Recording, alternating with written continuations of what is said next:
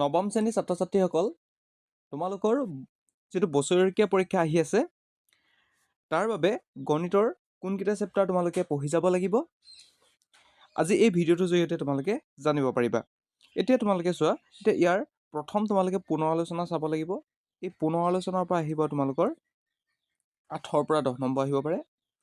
এতিয়া চোৱা, ইয়াত তোমালোকে পাৰ্ট 1টো চাই যাবা আৰু কোনকেইটা কুৱেশ্যনছ ইম্পৰ্টেণ্ট হয় তাৰ ওপৰতো মই ভিডিঅ' প্ৰস্তুত কৰিম। গতিকে তোমালোকে এই ভিডিঅ'টো লাইক কমেণ্ট কৰি দিবা আৰু তোমালোকে কমেণ্টত লিখি দিবা লাগে নালাগে তোমালোকক সেই কুৱেশ্যনছখিনি, বা তোমালোকক পৰীক্ষাৰ বাবে কিছুমান ইম্পৰ্টেণ্ট কুৱেশ্যনছৰ ভিডিঅ' লাগে নালাগে তোমালোকে মোক জনাই দিবা কমেণ্টৰ জৰিয়তে। তেতিয়া তোমালোকক মই ইয়াৰ ওপৰতো ভিডিঅ' প্ৰস্তুত কৰি দি গৈ থাকিম। এতিয়া সংখ্যা প্ৰণালী। এতিয়া সংখ্যা প্ৰণালী তোমালোকে গোটেই হোল চেপ্টাৰটোৱে চাব লাগিব। এইটো তোমালোকে আগতে যদি কৰি থৈছা তেতিয়াহ'লে তোমালোকে এই গোটেই চেপ্টাৰটো প্ৰেক্টিছ কৰা, ৰিভাইজ কৰা। ইয়াৰ পিছত বহুপদ আহিলে, বহুপদৰ পৰা 10 নম্বৰ আহিব। এতিয়া বহুপদ চেপ্টাৰটো তোমালোকে হোল চেপ্টাৰ চাব লাগিব। এই চেপ্টাৰটো অকণমান তোমালোকে যদি জটিল পোৱা বা তোমালোকে কিবা কুৱেশ্যন যদি নাজানা তোমালোকে কমেণ্টত জনাই দিবা, তোমালোকক ইয়াৰ ওপৰতো ভিডিঅ' মই প্ৰস্তুত কৰি দিম। ইয়াৰ পিছত আহিলে স্থানাংক জ্যামিতি। এইটো তোমালোকে নম্বৰ তোলাব পাৰিবা, এইটো একেবাৰে সহজ হয়। এইটো তোমালোকৰ 5 নম্বৰ থাকিব। ইয়াৰ পিছত দুটা চলকত ৰৈখিক সমীকৰণ, ইয়াৰ পৰাও তোমালোকৰ 5 নম্বৰ আহিব। এইটো তোমালোকে ভালকৈ চাই যাবা, এইটো গোটেই হোল চেপ্টাৰ আহিব।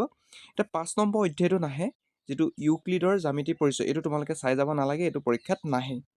এতিয়া 6 নম্বৰ ৰেখা আৰু কোণ। এই ৰেখা আৰু কোণটো তোমালোকে হোল চেপ্টাৰ চাই যাবা, এইটোৰ পৰা আহিব 4 মাৰ্কছ। এতিয়া ত্ৰিভুজ 7 নম্বৰ চেপ্টাৰটো।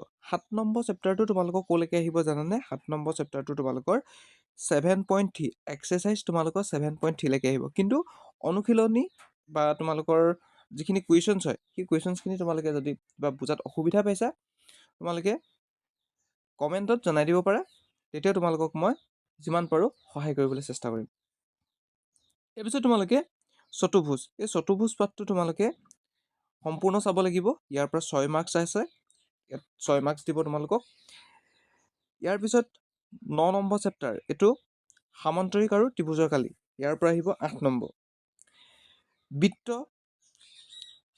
বৃত্তৰ পৰা আহিব তোমাৰ এই গোটেই হোল চেপ্টাৰ আহিব বৃত্ত, কিন্তু ইয়াৰ পৰা হোল চেপ্টাৰ আহিলেও কেইটামান ইম্পৰ্টেণ্ট কুৱেশ্যনছ আছে, সেই কুৱেশ্যনছকেইটাই তোমালোকে চাই যাব লাগিব। সেইকেইটা মই তোমালোকক দি দিম ইয়াৰ নেক্সট ভিডিঅ'টোতে।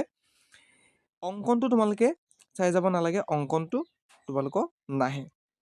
ইয়াৰ পিছত আহিলে হিৰণৰ সূত্ৰ। হিৰণৰ সূত্ৰটোৰ পৰা আহিব 4 মাৰ্কছ। এতিয়া তোমালোকে হিৰণৰ সূত্ৰটো গোটেইটো চাই যাব লাগিব, এইটো সহজ পাঠ হয়, ইমান টান নহয় এইটো। ইয়াৰ পিছত আহিলে পৃষ্ঠকালী আয়তন। এই পৃষ্ঠকালী আয়তনৰ পৰা 8 নম্বৰ আহিব। ইয়াত এই চেপ্টাৰটো যথেষ্ট দীঘল হয়। ইয়াত তোমালোকে কেৱল সূত্ৰবিলাক মুখস্থ কৰি গ'লে বা সূত্ৰবিলাক তোমালোকে যদি চাই যোৱা তেতিয়া তোমালোকৰ বহুতখিনি লাভ হ'ব পৰীক্ষাৰ কাৰণে। আৰু তোমালোকে সূত্ৰ জানিলে এই চেপ্টাৰটো অতি সহজতে কৰিব পাৰিবা। মই সদায় কৈ থাকোঁ তোমালোকক, প্ৰথম তোমালোকে অংক শিকিবলৈ হ'লে প্ৰথম তোমালোকে কনচেপ্টটো বুজি পাব লাগিব, তাৰপিছত তোমালোকে সূত্ৰ প্ৰয়োগ তোমালোকে শিকিব লাগিব। ইয়াৰ পিছত পৰিসংখ্যা এইটো চেপ্টাৰ একেবাৰে সহজ হয়, এইটোৰ পৰা আহিব 6 মাৰ্কছ। এইটো তোমালোকে অতি সহজতে কৰিব পাৰিবা। ইয়াত তোমালোকে মধ্যমা বহুলক উলিয়াব যদি তোমালোকে নাজানা তোমালোকে কমেণ্ট কৰি দিবা, ইয়াৰ ওপৰতো মই ভিডিঅ' প্ৰস্তুত কৰি দিম। এতিয়া সম্ভাৱিতা আহিলে শেষ পাঠ। এতিয়া সম্ভাৱিতাৰ পৰা আহিব 3 নম্বৰ।